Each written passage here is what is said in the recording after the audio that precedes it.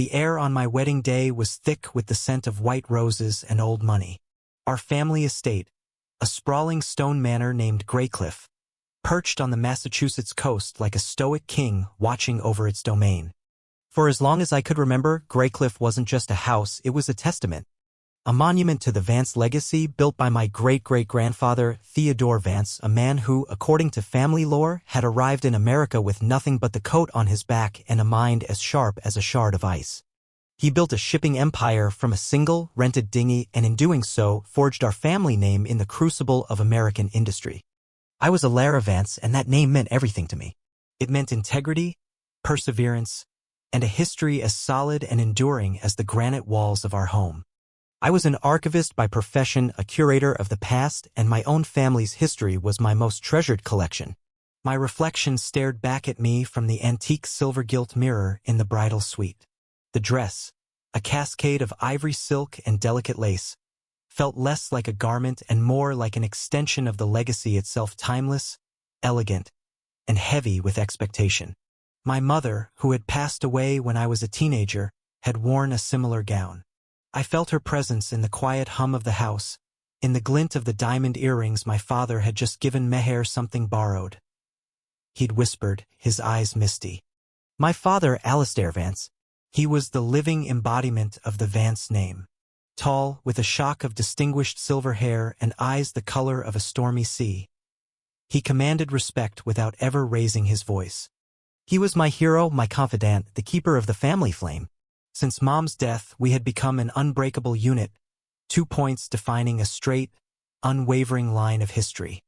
He had taught me everything I knew about our heritage, spinning tales of Theodore's cunning business deals, his philanthropy, his unshakable moral compass. You look beautiful, Alara, he said, stepping into the room. He wasn't just my father. He was the proud patriarch, about to give away his only child. He held a box in his hands. It wasn't large, but it had a palpable presence. It was old, crafted from a dark, polished wood rosewood, perhaps with intricate silver inlays that formed a pattern of interlocking knots. It was clearly an heirloom, yet I'd never seen it before. What's this? I asked, my fingers tracing the cool, smooth silver. A wedding gift, he said, his voice a low rumble. Something personal. From me to you. Don't open it until after the reception when you and Liam are alone. It's for the start of your new life. There was a strange inflection in his voice, a note of finality that pricked at the bubble of my bridal bliss. I looked into his eyes and saw not just pride, but a deep, cavernous sorrow. I dismissed it as the bittersweet emotion of a father letting his daughter go. Thank you, Papa, I said, kissing his cheek. I love it. The wedding was perfect, a storybook affair. Liam, my Liam, with his kind eyes and easy smile, stood at the altar looking at me as if I were the only person in the universe. He was an architect, a man who built new things, a grounding counterpoint to my obsession with the old. His family was warm and boisterous, a loving constellation of normal people who were slightly awed by the Vance austerity. As I said my vows, I felt the weight of my ancestry not as a burden but as a foundation. I was bringing Liam into this world of history and honor. I was sharing the gift of being a Vance. The reception was a blur of champagne, laughter, and heartfelt speeches. My father's toast was a masterpiece of eloquence. He spoke of legacy, of new beginnings, of the unbreakable chain of family. Alara has always been the guardian of our family's story, he said, raising his glass. And now with Liam she will begin writing its next, most beautiful chapter. The words echoed in my mind later that night as Liam and I finally escaped to the suite we'd been given in the east wing of the manor. The party was still a distant thrum downstairs, but up here there was only the sound of the ocean and the crackle of the fireplace. Liam was unfastening the dozens of tiny buttons on the back of my dress, his touch gentle. That was quite a day, he murmured into my hair. It was perfect, I sighed, leaning back against him. My eyes fell on the rosewood box which a member of the staff had placed on the antique writing desk by the window. My father's words came back to me. Don't open it until you and Liam are alone. My father's gift, I said, a new wave of curiosity washing over me. Liam finished with the buttons and I slipped out of the heavy gown, pulling on a silk robe. I felt light, untethered, ready for the future. I carried the box over to the plush armchair by the fire and sat down, placing it carefully in my lap. Liam knelt beside me, his arm resting on the chair's edge, his expression as curious as mine. "It's beautiful," he said, admiring the craftsmanship. "Looks like it's been in your family for centuries." "That's the strange part," I said, running my thumb over the silver knots. "I've catalogued nearly every significant heirloom in this house. I've never seen this before." The box wasn't locked. With a soft click, I lifted the lid. The interior was lined with faded velvet, the color of dried blood. Nestled inside wasn't a piece of jewelry or a stack of stock certificates, as I might have expected.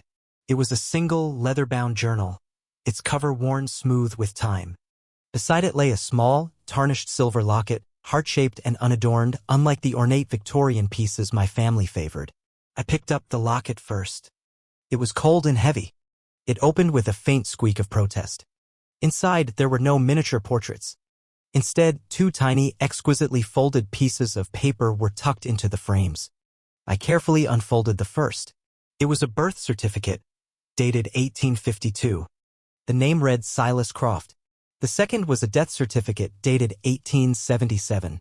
The name was also Silas Croft. The cause of death was listed as consumption. I frowned. "Croft? I don't know any Crofts in our family tree." Liam shrugged. "Maybe a distant branch? Or someone who worked for the family?" It felt more significant than that. My father wouldn't make such a ceremony of giving me an employee's mementos. My hand trembled slightly as I reached for the journal. The leather was cracked, the pages yellowed and brittle at the edges. The handwriting inside was a looping, elegant cursive, but it was faded, difficult to read in the firelight. But tucked just inside the front cover was a modern envelope, crisp and white. My name was written on the front in my father's familiar, authoritative script. A cold dread, sudden and absolute, sluiced through me. This was it. This was the real gift. The journal and the locket were just context. The truth was in this envelope. "Ilara? What is it?" Liam asked, his voice laced with concern. He'd seen the shift in my expression, the sudden rigidity of my posture. "It's a letter," I whispered, my throat suddenly dry. "From my father." I broke the seal. The paper inside was thick, expensive stationery, the kind my father used for important correspondence. The letter was several pages long, every line filled with his handwriting. "My dearest Ilara," it began. "If you are reading this, then you are married and you are on the cusp of starting your own family, your own legacy. For my entire life, I have been a custodian of the one you have inherited. I have fed you the stories, polished the silver, and maintained the walls of Greycliff, both literal and metaphorical. I have taught you to be proud of the name Vance, and you are. I see the pride in your eyes every day. It is my greatest achievement and my most profound sin. I give you this box on your wedding day because a marriage must be built on truth. And your life, my life, our whole family has been built on a lie." My breath hitched. I could feel Liam's hand on my shoulder, a steadying pressure. I read on, my eyes devouring the words, the world around me shrinking until only the letter remained. "The man you know as your great-great-grandfather, Theodore Vance, the hero of our family mythology, did not exist. Or rather, he did, but he was not our ancestor. The man who built the Vance Empire, who built Greycliff, who started our line, was the man named on the birth certificate in the locket. His name was Silas Croft." I stopped, shaking my head in denial. This was a joke, a bizarre, cruel test. But my father did not joke about such things. Silas Croft was not a visionary entrepreneur. He was a dock worker from a family of dockworkers in Boston, desperately poor and brutally ambitious.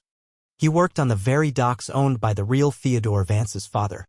The real Theodore was the sole heir to a massive, already established shipping fortune. He was a young man of privilege, educated but naive. He and Silas were of a similar age and build, though their stations in life were galaxies apart. In the winter of 1877, a terrible fire broke out in the Vance shipping warehouse on the Boston waterfront. The official story, the one I told you, is that Theodore Vance, through sheer grit, was the sole survivor and rebuilt from the ashes. It is a lie. The journal in the box belonged to Silas Croft. He was a meticulous record keeper. It tells the real story, but I feel I owe you the confession in my own words. Silas was in the warehouse that night, likely attempting to steal something. He ran into Theodore Vance, who was doing a late-night inspection. There was an altercation. A lantern was knocked over. The fire started and spread with terrifying speed. In the chaos, Theodore was struck by a falling beam. Silas saw his chance. The world was chaos, smoke, and fire. He could have saved Theodore. He chose not to. He did more than that. He switched their effects. He took Theodore's wallet, his papers, his signet ring. He dragged Theodore's body to a part of the warehouse where he knew it would be burned beyond recognition.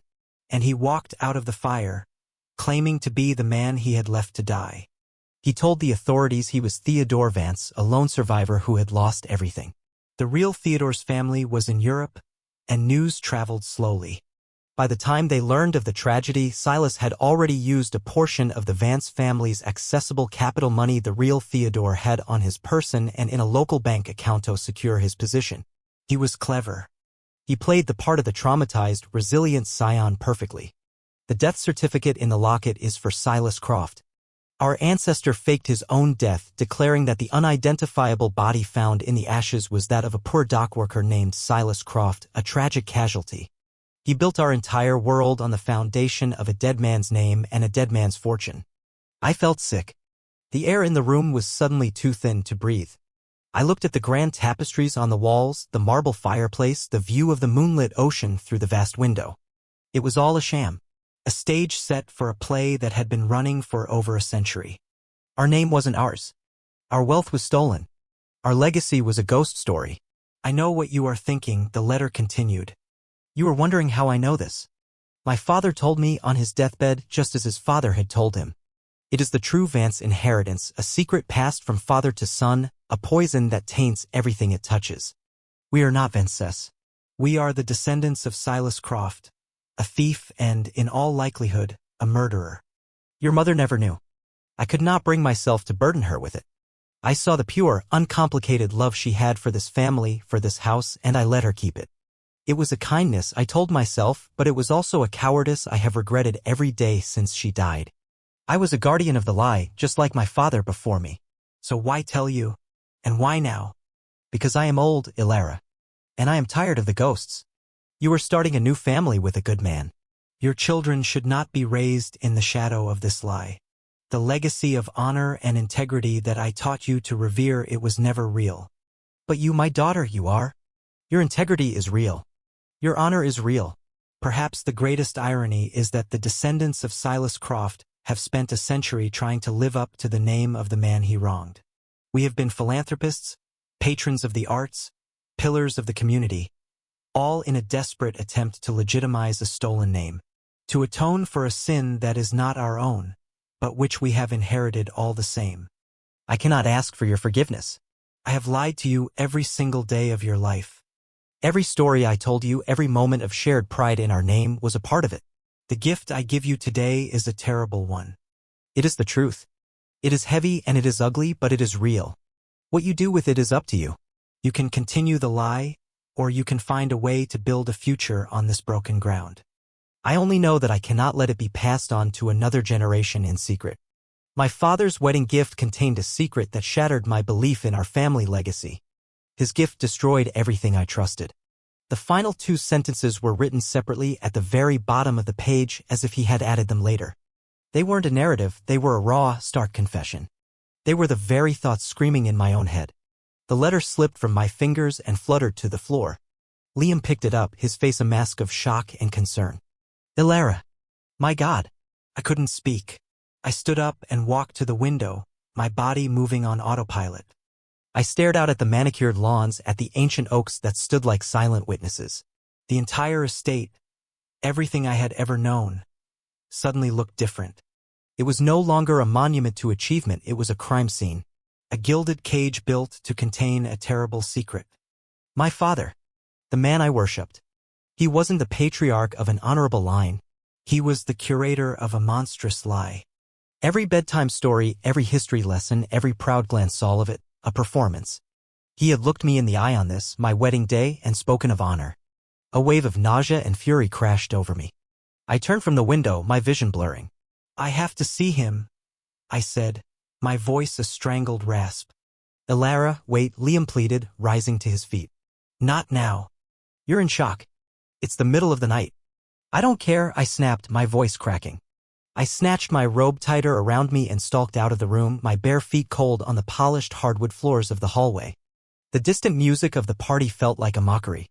People were celebrating the union of a Vance and a good man, celebrating a lie. I stormed down the grand staircase, my heart pounding a frantic, painful rhythm against my ribs. I saw a few stray guests in the great hall, their faces flushed with wine and happiness. They looked at me in confusion, this wild-eyed bride in her nightclothes. I ignored them. I knew where he would be. His study. The heart of the house, the room where the myth of Theodore Vance was most concentrated, lined with his leather-bound books, his portrait hanging over the fireplace. I threw the heavy oak doors open without knocking. He was there, just as I'd known he would be. He was sitting in his worn leather armchair.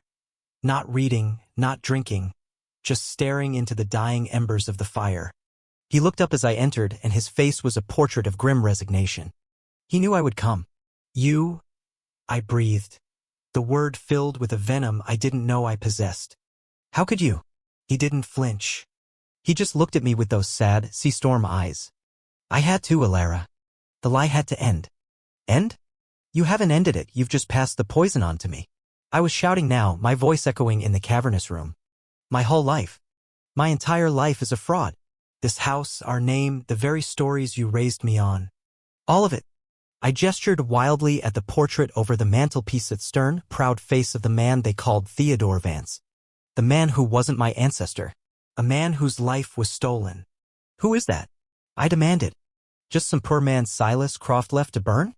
Yes, my father said, his voice barely a whisper. The quiet affirmation was more devastating than any argument. It was the final nail in the coffin of my world. You stood up at my wedding not 5 hours ago, I said, my voice dropping to a trembling, dangerous low. You toasted to our legacy. To our honor. How could you stand there and say those words, knowing this? How could you look at me? How could you look at Liam? It was the hardest thing I have ever done, he said. His face etched with a pain so deep it seemed to have carved new lines into his skin. Every word was ash in my mouth. But the world was watching. It was the last time I would ever have to play that part. I needed to give you the truth before you slept one night as a married woman under this roof, still believing the lie. A gift, you called it, I said with a bitter, hollow laugh. You called this abomination a gift. My father gave me a gift on my wedding day, but what I found inside changed everything I knew about my family. It's all gone. Everything I believed in. Everything I trusted. You. This family. It's all built on sand and blood. I took a step back, a profound and chilling realization dawning on me. I wasn't just looking at my father. I was looking at a stranger. A very good actor who had played the part of my father for 28 years. The love I felt for him was tangled up with this monstrous deceit, and I couldn't separate the two. His gift destroyed everything I trusted, I whispered, the words from his own letter, now my own anthem of despair. I turned and walked away, leaving him alone in the room filled with the ghosts of his own making. I walked back up the stairs, past a concerned-looking Liam who stood waiting in the hallway.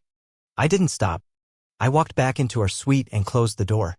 I looked at my reflection in the same silver-gilt mirror, but the woman staring back was a stranger. Her name wasn't Alara Vance. She didn't know who she was anymore. The foundation of her entire being had been dynamited, and she was in a free fall with no idea where she would land. The morning after my wedding, I woke to a world drained of color. Sunlight, usually a welcome guest in the East Wing suite, now seemed intrusive, casting long, accusatory shadows across the room. It illuminated the discarded wedding dress, a heap of ivory silk that looked like a fallen angel, and the rosewood box sitting on the desk like a tiny, malevolent coffin. Liam was asleep in the chair beside the bed, his head at an uncomfortable angle, a silent, exhausted sentinel. He must have watched over me all night. A pang of love, sharp and clear, cut through the fog of my despair. He was real. His love was real. It was the only thing that felt real anymore. I slipped out of bed, careful not to wake him. My body ached with a tension that went bone deep. Sleep had not been a respite, but a feverish landscape of fire, unfamiliar faces, and my father's voice, weaving lies into lullabies. The words from his letter were seared into my brain. We are not Vences. We are the descendants of Silas Croft. I was an archivist. a seeker of primary sources. My entire professional life was dedicated to the principle that truth is found in tangible evidence in the careful collation of facts. My father's letter was a confession, but my mind, reeling and desperate, clung to a sliver of hope that it was a delusion, a product of grief or age or some terrible, elaborate mistake. I needed to disprove it. I needed to excavate the past myself, to dig through the layers of history and find the bedrock of truth, praying it was the one I had always known. After a quick, silent shower, I dressed in the plainest clothes I had: jeans, a sweater, sneakers. I felt a visceral need to shed any trapping of the Vance identity. As I was about to leave, Liam stirred. "Elara," he mumbled, blinking himself awake. He straightened up, his neck cracking. "Where are you going?" "Out," I said, my voice flat. "I need to. I have to go to the city. To the archives." He stood and came to me, his face etched with worry. He didn't try to stop me or reason with me. He just took my hands in his. His were warm, mine were ice cold. "Okay," he said softly. "Do you want me to come with you?" I shook my head. "Not yet. This is something I have to do alone. I need to see the records for myself." "What if he's right?" Liam asked gently, his eyes searching mine. "What if it's all true?" "Then I need to know," I whispered. "I can't live in this house, look at his face, or even look at my own face in the mirror until I know for sure. I need facts, Liam. Cold, hard, historical facts." He nodded, understanding that this was my way of processing, my way of fighting back. "Call me," he said. "Don't go through this alone, Elara. We're a team now, remember?" I managed a weak smile and kissed him, a brief, desperate press of my lips against his. "I remember. I drove my own car, a modest sedan, not one of the family's luxury vehicles." Driving away from Greycliff felt like an escape. The grand iron gates, usually a symbol of pride and belonging, now felt like the gates of a prison. Every mile I put between myself and the estate, I felt a fraction of the pressure in my chest release. The Boston Public Library and the Massachusetts State Archives became my sanctuary and my torture chamber for the next 3 days. I started with the official story. I pulled up microfilmed copies of newspapers from the winter of 1877. There it was in the Boston Daily Globe, dated December 5, 1877. Tragic fire at Vance Shipping. Prominent warehouse destroyed. Heir presumed lone survivor. The article was exactly as the family legend and my father's lies had dictated. It described the heroic efforts of a young Theodore Vance, who had emerged from the inferno, soot-stained but resolute. It mentioned the unfortunate death of a dockworker, a man named Silas Croft, whose body was later identified. My heart pounded. The names matched. It was all there, printed in black and white, a public record. A well-constructed lie. But an archivist knows that the official story is often just the surface. The truth is in the margins, in the ancillary documents. My father's letter had given me a name to search for, a ghost to hunt: Silas Croft. I moved from newspapers to census records. In the 1870 census, I found him. Silas Croft, age 24, resident of a crowded tenement in the North End, occupation listed as stevedore. Living in the same tenement was a Sarah Croft, age 22, listed as his sister. A new character in the tragedy. I then searched for Theodore Vance. I found him too, listed as a resident in a Beacon Hill mansion, the son of shipping magnate Alastair Vance I. The addresses, the stations in Lafayette was all lining up with the letter's horrifying narrative. My next stop was birth and death records. I found the birth certificate for Silas Croft, born 1852, matching the one in the locket. Then I searched for his death, and there it was. Silas Croft died December 4, 1877. Cause of death: perished in warehouse fire. It was the official lie cemented in the state's ledgers. The locket contained a truth and a lie. The birth was real. The death was a fabrication to cover a deeper one. The knot of dread in my stomach tightened. Every piece of evidence I found, every fact I unearthed, didn't disprove my father's story, it corroborated it. I was not exonerating my family, I was methodically, professionally proving our guilt. The real test, the linchpin, would be the real Theodore Vance. What happened to him? The lie depended on his complete and total erasure. I spent an entire day digging through property records, shipping manifests, and society pages. Before the fire, Theodore Vance was a frequent name. He was on the board of a charity. His name was on property deeds. He was mentioned in articles about his father's business. After the fire, the man who called himself Theodore Vance continued this public life. But was there any discrepancy? I found it in the Port of Boston's passenger lists. The real Theodore Vance's parents had indeed been in Europe. They returned in February 1878, sailing from Liverpool. But I also found something else, something small and easily overlooked. A missing persons report filed in January 1878 by a Sarah Croft for her brother, Silas. The report was given little attention and was officially closed a week later when the authorities informed her that her brother's body had been identified as a victim of the Vance warehouse fire. A loose end neatly tied up. My hands were shaking as I scrolled through the microfilm. I felt like I was losing my mind. The line between Vance and Croft was blurring. I was the descendant of the man who filed that report, and the descendant of the man she was reporting missing. The final piece of the puzzle was the journal. I had left it at Graycliff, unable to bear looking at it. That night, after a long, draining day at the archives, I called Liam. "It's true," I said, my voice hollow. "It's all true. I found the records. The census, the fire report, the missing persons report from his sister. It all fits." "Oh, Elara," he said, his voice full of pain for me. "I'm so sorry." "There's one more thing," I said. "The journal. Silas Croft's journal. I need you to bring it to me. I'm at a hotel in the city. I can't go back to the house yet." "Of course," he said without hesitation. "I'll be there in an hour." When he arrived, he brought not only the journal but a bag of food and a change of clothes for me. He didn't push or pry. He just sat with me in the sterile quiet of the hotel room while I opened the worn leather book. The handwriting was difficult, but the story it told was chillingly clear. Silas Croft was not just ambitious.